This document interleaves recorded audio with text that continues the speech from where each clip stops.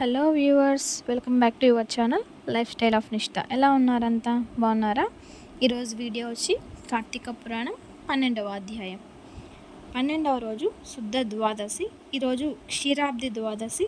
ఉసిరి తులసి మొక్కలను దగ్గర దామోదరుని పూజ చేయాలి, దీపారాధన చేయాలి. ఉప్పు పులుపు కారం తినకూడదు. స్వయం పాకం, దక్షిణ, తాంబూలం, రాగి పరిమళ ద్రవ్యాలు దానం ఇవ్వాలి. జ్ఞానబంధ విముక్తి కలుగుతుంది. 12వ రోజు చేయవలసినటువంటి పారాయణం. కార్తీక ద్వాదశి మహిమ. మహారాజా, కార్తీక మాసంలో కార్తీక సోమవారం నాడు కార్తీక ద్వాదశ వ్రతం గురించి, సాలగ్రామాల మహిమ గురించి వివరించదను విను అని వశిష్ఠ మహాముని ఈ విధంగా చెప్పసాగారు.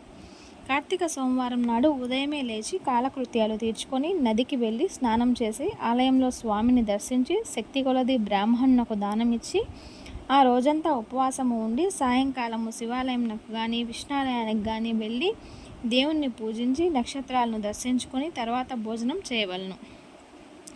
ఈ విధంగా చేసిన వారు సకల సంపదలతో పాటు మోక్షము కూడా పొందుతారు. కార్తీక మాసంలో శని త్రయోదశి వచ్చినచో ఆ వ్రతము ఆచరించినచో 100 రెట్ల అధిక ఫలమును కలుగును.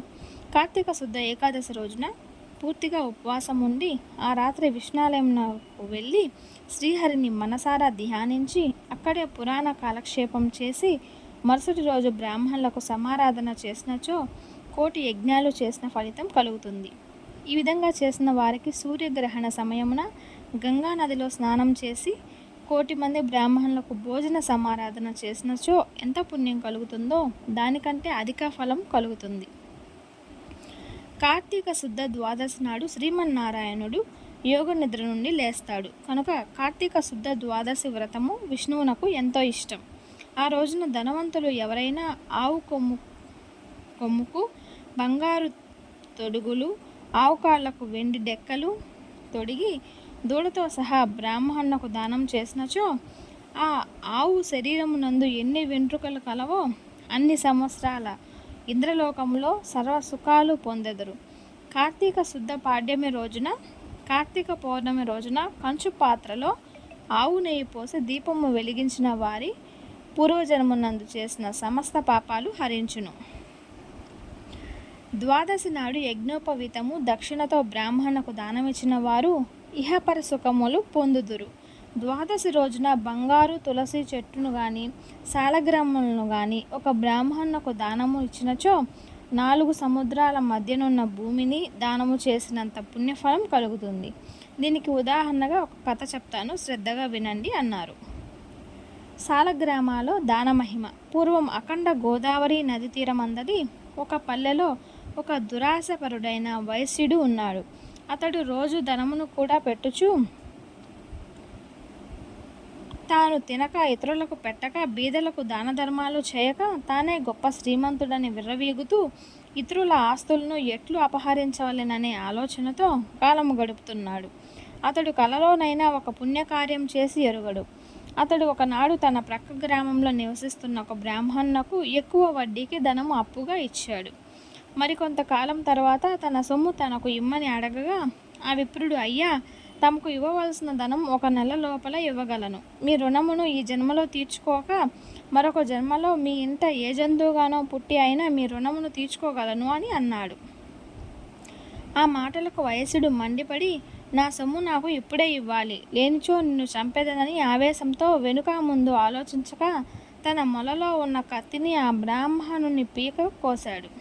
వెంటనే ఆ బ్రాహ్మణుడు గిలగిలా తన్నుకొని చనిపోయాడు. అందుకు ఆ వైశ్యుడు భయంతో రాజభటులు వచ్చి బంధిస్తారని భయపడి తన గ్రామంనకు పారిపోయాడు. బ్రాహ్మణ హత్య మహాపాపం కనుక అప్పటి నుండి ఆ వైశ్యునకు బ్రహ్మహత్య పాతకం తగిలి కుష్ఠవ్యాధి కలిగి నానా బాధలు పడుచు మరికొన్నాళ్లకు మరణించాడు. వెంటనే యమదూతలు వచ్చి అతన్ని తీసుకుపోయి రౌరవాది నరకరూపం నందు పడేశారు. ఆ వైశ్యునకు ధర్మవీరుడనే ఒక కుమారుడు ఉన్నాడు. అతడు పేరునకు తగినట్టే గాని తండ్రి సంపాదించిన ధనమును దాన ధర్మాలు చేయుచు పుణ్యకార్యాలు చేస్తూ బాటసారులు సేదతీరుటకు చెట్లు నాటించాడు, బావులు చెరువులు తవ్వించాడు, ప్రజలందరినీ సంతోషపెట్టుచు మంచి కీర్తిని సంపాదించాడు. ఇట్లుండగా కొంతకాలం నాకు త్రిలోక సంచారి అయిన నారదుల వారు యమలోకమును దర్శించి గోవింద, దామోదర, వైకుంఠవాస, దేవాదిదేవ, మాధవ అంటూ హరినామం చేస్తూ భూలోకంలోని ధర్మవీరుని ఇంటికి వచ్చాడు.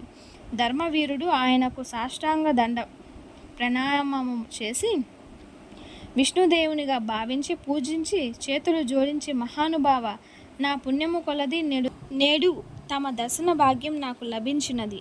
నేను ధన్యుడను. నా జన్మ తరించినది. తమరు వచ్చిన కార్యమును చెప్పవలసిందిగా అని వేడుకున్నాడు.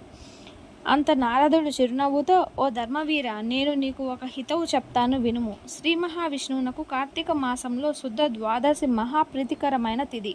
ఆ రోజున స్నాన దాన జపాదులు ఏవి చేసినను అపారమైన పుణ్యం కలుగుదు.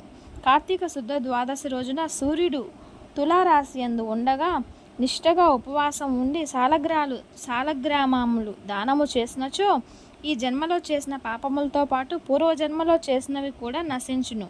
నీ తండ్రి యమలోకంలో మహా నరకమును అనుభవించుచున్నాడు.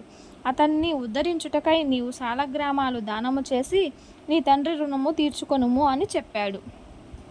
మునివర్య, నేను గోదానము, భూదానము, హిరణ్యదానము అంటే బంగార దానము మొదలగు మహాదానములు ఎన్నో చేశాను. అటువంటి దానములు చేసినా నా తండ్రి మోక్షము కలగనప్పుడు సాలగ్రామము అనే రాతిని దానం చేసినంత మాత్రాన ఆయన ఎట్లు ఉద్ధరింపబడును అని సంశయము కలుగుచున్నది. దీనివల్ల ఆకలిగొన్న వారిని ఆకలి తీరున, దాహము అయిన వారికి దాహము తీరున ఆ రాతిని ఎందుకు దానము చేయవలను? నేను ఈ సాలగ్రామము దానము చేయుట ఇష్టం లేదు అని అన్నాడు. ధర్మవీరుని అవివేకముకు బాధపడి, వైశ్యుడ, సాలగ్రామము శిల అని భ్రమించవద్దు. అది శిల కాదు, శ్రీహరి యొక్క ప్రతిరూపం.